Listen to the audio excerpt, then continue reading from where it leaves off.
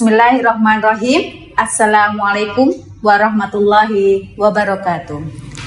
Perkenalkan, nama saya Aida Arini MPDI, dosen tetap Universitas Hasyim Asy'ari Tebuireng Jombang, yang pada saat ini berhome base di Prodi S1 Pendidikan Agama Islam. Pada kesempatan ini, saya akan memaparkan salah satu mata kuliah yang saya ampuh pada semester ini, yakni mata kuliah Micro Teaching dengan bobot 2 SKS dengan kode mata kuliah 04320224. Mata kuliah Micro Teaching merupakan mata kuliah yang harus diikuti oleh setiap mahasiswa Prodi Pendidikan Agama Islam Fakultas Agama Islam. Micro Teaching adalah suatu latihan keterampilan mengajar para calon guru yang terdiri dari beberapa peserta dan dalam waktu yang terbatas, yang bertujuan untuk melatih beberapa kompetensi mengajar di bawah asuhan seorang dosen, dengan harapan dapat membekali mahasiswa sebagai calon guru yang dapat melaksanakan tugas dengan wawasan ilmu pendidikan secara benar. Sistem pembelajaran yang diterapkan ialah DII, yaitu Delivery, Interaction, dan Assessment. Delivery merupakan proses penyampaian materi secara baik kepada mahasiswa agar mudah dipahami, dilakukan dengan penyampaian materi pembelajaran melalui PPT, video pembelajaran, serta pemberian modul dan buku referensi yang sudah di-share melalui Google Classroom kepada mahasiswa. Interaction merupakan proses interaksi antara dosen dengan mahasiswa ataupun interaksi antara mahasiswa dengan mahasiswa lainnya. Dapat dilakukan melalui presentasi dan diskusi kelompok mahasiswa berbasis teks. Sedangkan assessment yaitu pemberian tugas secara terstruktur kepada mahasiswa untuk mengukur tingkat pemahaman mahasiswa terhadap materi yang telah disampaikan, yakni berupa tugas individu pembuatan administrasi pembelajaran, contoh yaitu penyusunan RPP, kalender akademik, KKN, Promes, dan Prota. Serta mahasiswa juga melakukan praktek micro teaching secara langsung dan dengan pembuatan video pembelajaran. Adapun capaian pembelajaran mata kuliah, yang pertama, menunjukkan sikap bertanggung jawab atas pekerjaan di bidang kaliannya secara mandiri dalam bidang pengajaran dan pembelajaran. Yang kedua, menyusun administrasi pengajaran. Yang ketiga, menciptakan suasana belajar yang efektif, efisien, dan menarik. Yang keempat, menunjukkan kinerja profesionalitas guru secara mandiri, bermutu, dan terukur. Yang kelima, menganalisis karakteristik peserta didik dari aspek fisik, spiritual, sosial, kultural, emosional, dan intelektual untuk keperluan pembelajaran PAI di madrasah. Yang keenam, mampu menerapkan langkah-langkah pengembangan keprofesian guru dan keilmuan secara berkelanjutan, mandiri dan kolektif melalui pengembangan diri dan pemanfaatan teknologi, informasi, dan komunikasi dalam rangka mewujudkan kinerja diri sebagai pendidik dan pengajar. Perkuliahan ini dilaksanakan sebanyak 16 kali pertemuan, yakni 14 kali tatap muka, 1 kali UTS, dan 1 kali UAS. Adapun materi pembelajaran, yakni pengertian konsep dasar micro teaching, keterampilan dasar mengajar, perencanaan pelaksanaan dan penilaian hasil pembelajaran, pembelajaran yang berorientasi pada pengembangan potensi peserta didik, karakteristik peserta didik, identifikasi permasalahan pembelajaran, pembelajaran inovatif yang bertolak dari suatu permasalahan pembelajaran, kegiatan non-mengajar, yang terakhir yaitu mahasiswa praktek mengajar mata pelajaran akidah akhlak, fikih, Al-Quran hadis, dan SKI. Metode pembelajaran yang digunakan ialah ceramah, diskusi, tanya jawab, demonstrasi, dan proyek. Kriteria penilaian yaitu keaktifan dalam berdiskusi dengan bobot 15%, isi materi presentasi dengan bobot 20%, tugas individu dengan bobot 15%, UTS dengan bobot 20%, UAS dengan bobot 30%, dan seluruhnya total 100%. Berikut ini saya akan lampirkan video pembelajaran mata kuliah micro teaching pada pertemuan kedua dengan materi keterampilan dasar mengajar. Selamat menyaksikan. Wassalamualaikum warahmatullahi wabarakatuh. Bismillahirrahmanirrahim. Assalamualaikum warahmatullahi wabarakatuh. Waalaikumsalam warahmatullahi wabarakatuh. Selamat pagi semuanya. Pagi. Bagaimana kabarnya? Alhamdulillah, luar biasa. Allahu Akbar. Yes. Alhamdulillah semuanya sehat. Alhamdulillah di pagi hari ini kita masuk kepada mata kuliah, yaitu mata kuliah micro teaching. Ya, micro teaching. Sebelum kita mulai, mari kita sama-sama berdoa terlebih dahulu agar perkuliahan kita pada pagi hari ini berjalan dengan lancar dan diridhai oleh Allah Subhanahu wa taala. Hadirin al-Fatihah. Amin ya rabbal alamin. Alhamdulillah, kita pada pagi hari ini akan membahas tentang keterampilan dasar mengajar. Di micro teaching salah satu sub materi kita yaitu keterampilan dasar mengajar. Sebelum kita untuk praktek micro teaching, praktek untuk mengajar, ya, maka terlebih dahulu kalian harus bisa menguasai ya bagaimana keterampilan dasar mengajar dan harus tahu jenis-jenis keterampilan dasar mengajar. Ya. Kira-kira mengajar sendiri itu apa ya? Ada yang tahu? Mengajar. Kalian ada yang sebagian dari kalian sudah mengajar? Ada. Kira-kira mengajar itu apa? Menyampaikan pengetahuan. Kira-kira apa? Menyampaikan informasi. Menyampaikan informasi. Selain itu? Mentransfer ilmu. Selain itu apa lagi? Yang cewek? Menyampaikan pengetahuan yang kita miliki kepada orang yang belum tahu. Oke, baik. Ya, itu semuanya jenisnya sudah bagus ya. Kita akan lebih deskriptif lagi ya. Secara deskriptif, mengajar artinya proses menyampaikan informasi atau pengetahuan bagi guru ya. Kemudian siapa? Dosen, kemudian instruktur ya, kepada siswa atau pembelajar ya. Merujuk pada pengertian mengajar, maka inti dari mengajar itu adalah proses penyampaian atau transfer, memindahkan ilmu pengetahuan ya dari satu ke yang lainnya.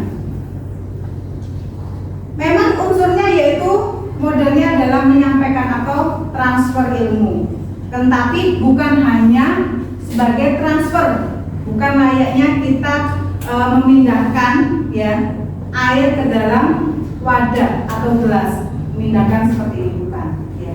Tapi halnya yaitu menyebarluaskan ya dan memperkaya baik pengalaman, ilmu, pengetahuan ya, sehingga dapat mengembangkan potensi siswa atau pembelajar secara maksimal. Seperti itu.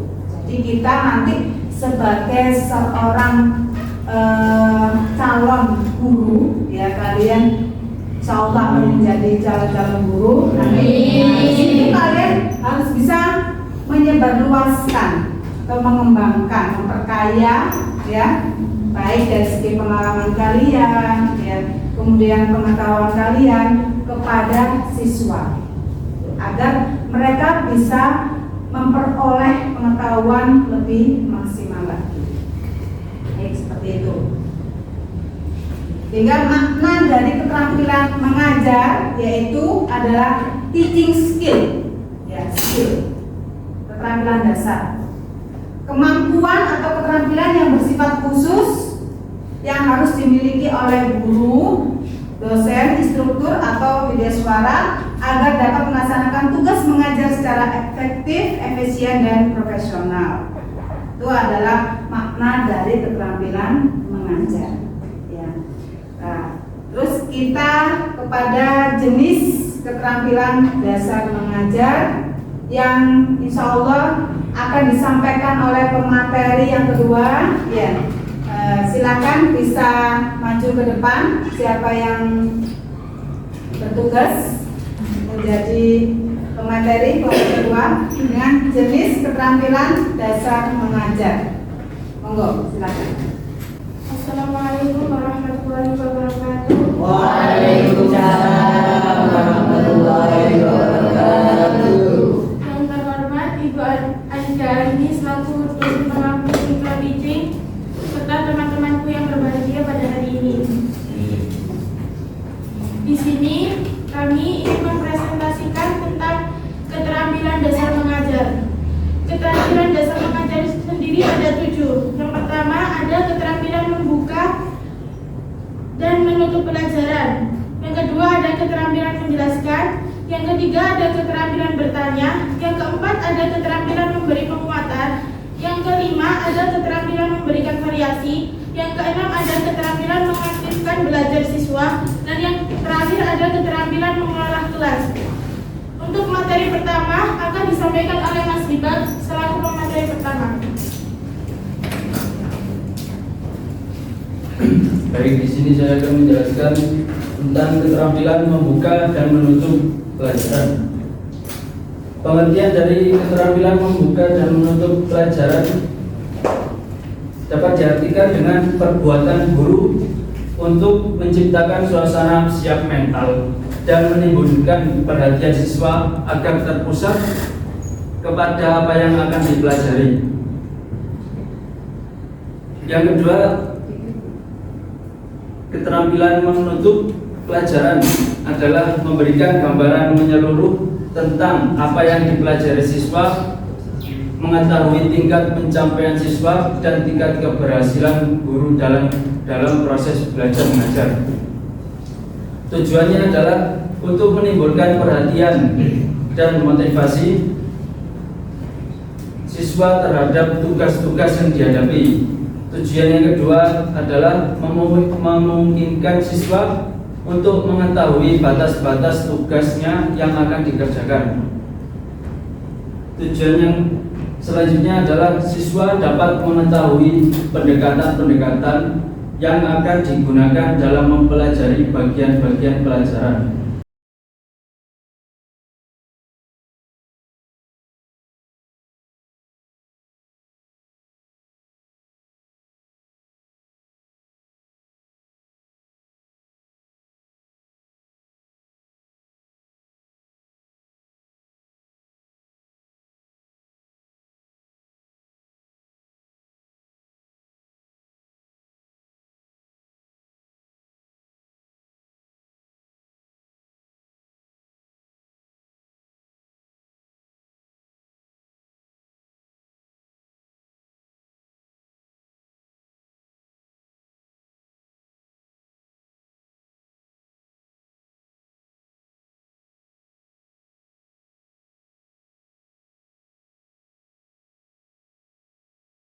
Selanjutnya keterampilan bertanya akan disampaikan oleh pemateri kedua yaitu Mbak Emil. Yang ketiga keterampilan bertanya. Bertanya merupakan suatu unsur komunikasi yang ada dalam kehidupan sehari-hari, termasuk juga dalam komunikasi pembelajaran. Bertanya adalah penyampaian untuk mengungkapkan pertanyaan agar memunculkan jawaban dari siswa. Dengan bertanya dapat meningkatkan aktivitas belajar seperti meningkatkan partisipasi siswa, rasa keingintahuan siswa, kemampuan berpikir, dan memusatkan perhatian siswa. Pertimbangan dalam keterampilan bertanya sebagai berikut. 1. Antusiasme dan kehangatan. 2. Pemberian waktu secukupnya. 3. Pola lalu lintas pertanyaan. 4. Menghindari pertanyaan ganda. 5. Pertanyaan secara berjenjang. Dan 6. Menggunakan pertanyaan pelacak.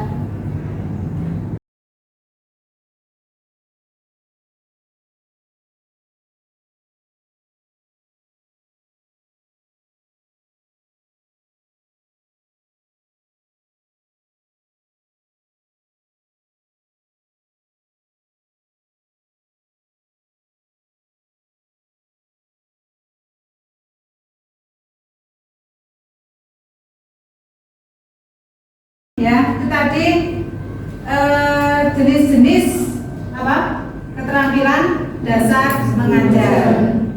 Ada berapa tadi? Ada 7. Yang pertama apa?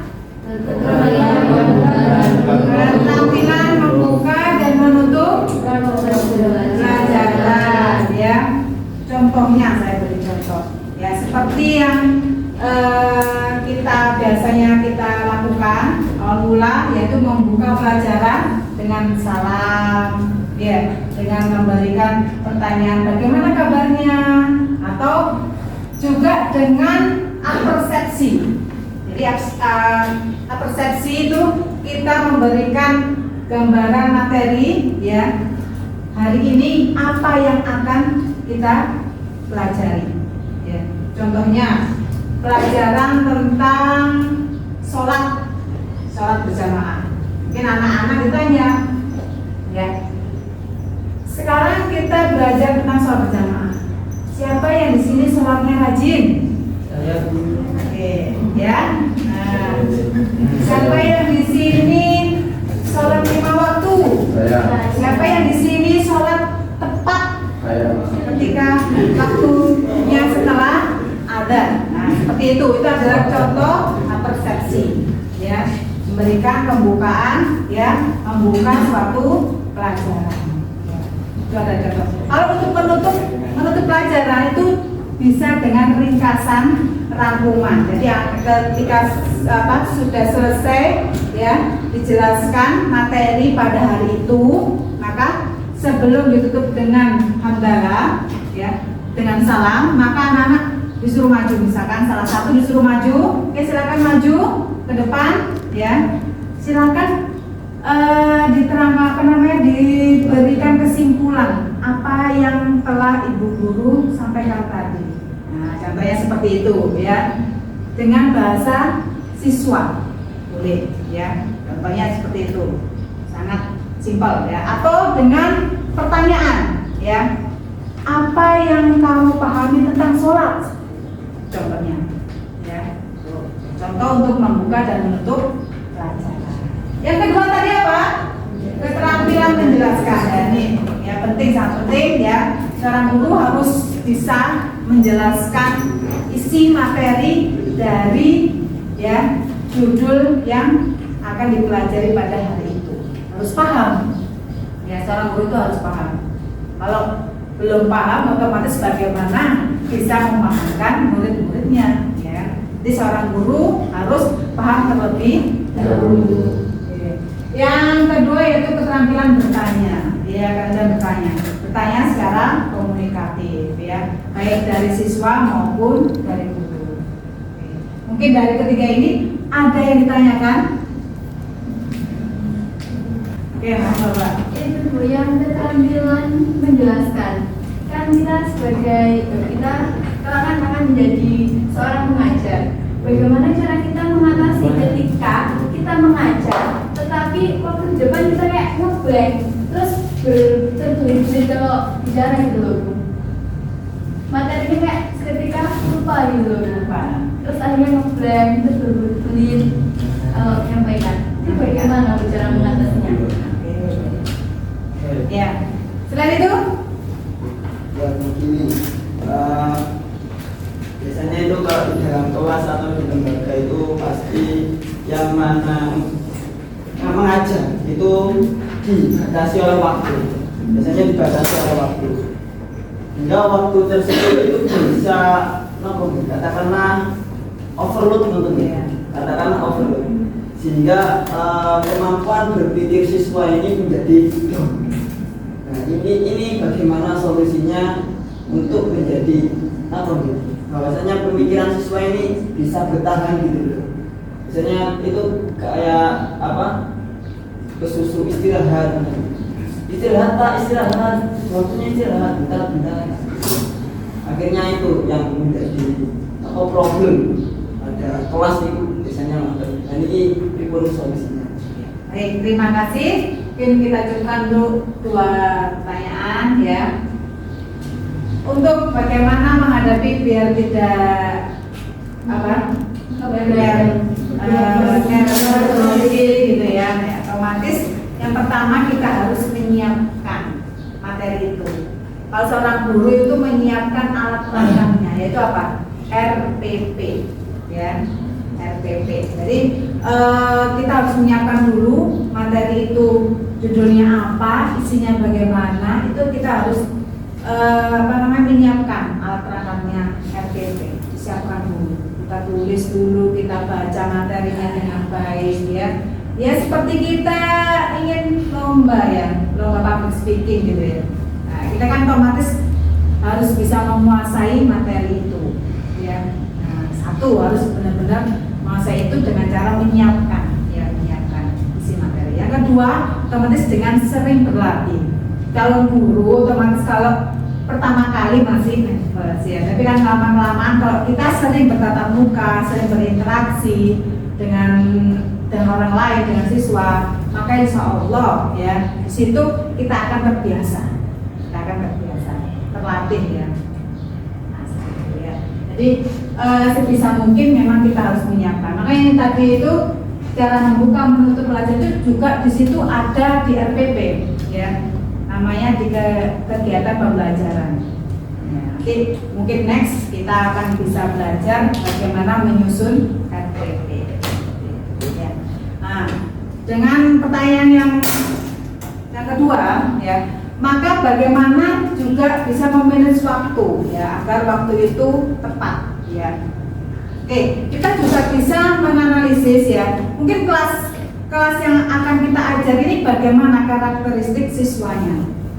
Siswanya apakah siswa yang berkompeten ya, menengah ke atas IQ-nya ya, atau yang biasa-biasa saja. Maka kalau yang biasa-biasa saja, maka kita harus tahu, oh kira-kira materi ini untuk di kelas D misalkan itu membutuhkan 2 kali pertemuan, maka kita buat RPP-nya untuk 2 kali pertemuan seperti itu. Jadi tidak harus kita menyelesaikan satu materi itu dalam 1 kali pertemuan. Kita harus melihat kondisi karakteristik siswa. Ya, itu yang harus kita perhatikan sebelum kita memulai mengajar. Sehingga di situ bisa memanage waktunya. Kapan kita waktunya pembukaan, kapan kita waktu yang menjelaskan, ya.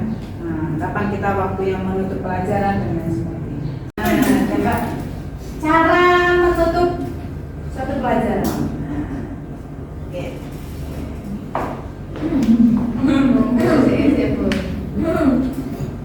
Oh ya anak-anak, tadi kita sudah belajar mengenai sholat 5 waktu. Nah, sekarang ibu mau menunjuk satu anak untuk maju ke depan untuk enggak sholat, tetapi untuk menceritakan bagaimana keseharian mereka ketika sholat, kayak sering dibentak ibu, sering disuruh ibu atau gimana. Coba Mbak siapa? Mbak Nadia. Ayo coba maju ke depan Mbak Nadia.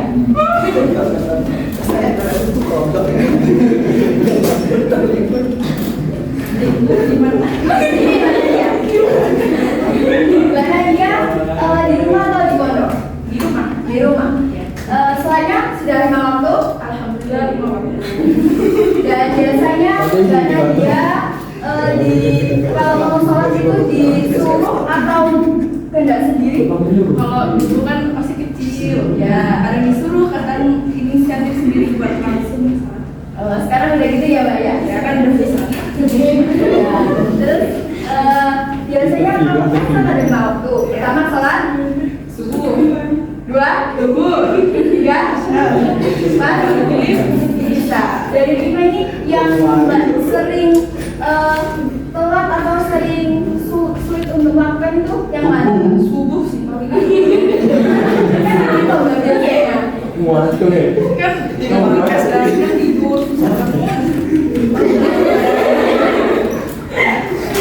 Jadi anak-anak, bahkan dia kan subuh ya yang sulit. Nah sekarang dicoba kalau subuh itu waktu malam tidurnya itu tepat waktu. Ya terus diniatin subuh apa besok aku harus sholat subuh tepat waktu gitu. Setiap hari berarti ya. Iya lah, dan dia sholat subuhnya bisa tepat waktu. Ya, tepuk tangan dong untuk Mbak Nadia yang terakhir kali waktu. Ya, mungkin cukup sekian pembelajaran pada siang hari ini. Saya mohon maaf jika ada kata-kata saya yang kurang enak. Saya mohon maaf sebesar-besarnya. Wabillahi taufiq wal hidayah. Wassalamualaikum warahmatullahi wabarakatuh.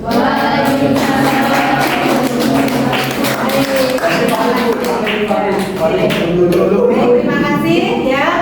Nah, sudah paham semuanya untuk bisa praktek maju ke depan. Ya. Terima kasih. Dan berarti sebagai contoh ya agar kita lebih paham lagi. Ya. Nah, oke. Baik, terima kasih. Mungkin cukup sekian ya. Setelah disampaikan tadi oleh pemateri dan sudah dipraktekkan oleh kalian ya. Mudah-mudahan apa yang kita bahas hari ini, apa yang kita praktekkan hari ini bisa bermanfaat untuk kita kelak masa depan. Amin. Terakhir ya, sebelum kita mulai, sebelum kita mengakhiri ya, kita sama-sama membaca hamdalah. Alhamdulillahirabbil alamin. Terima kasih. Wassalamualaikum warahmatullahi wabarakatuh. Waalaikumsalam warahmatullahi wabarakatuh.